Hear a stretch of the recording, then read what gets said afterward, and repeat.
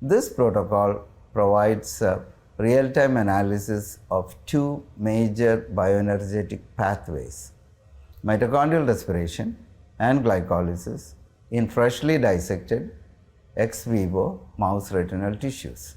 Traditional seahorse analysis was focused on cultured monolayer cells, while this protocol allows researchers to study mitochondrial activity in freshly dissected tissues, specifically the retina.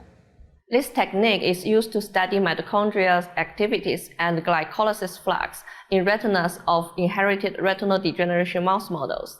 It is a useful tool to retinal research and also has potential to be applied to other types of tissue to develop potential therapies.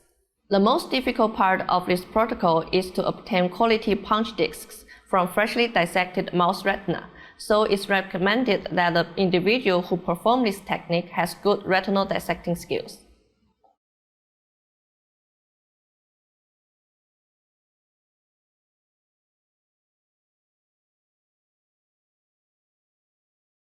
The day before the experiment, open the sensor cartridge cassette and add 1 milliliter of calibration medium to each well of the utility plate.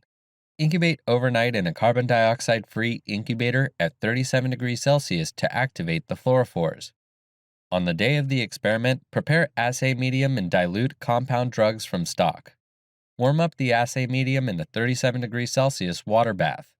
Set up the assay program on the machine as described in the text manuscript.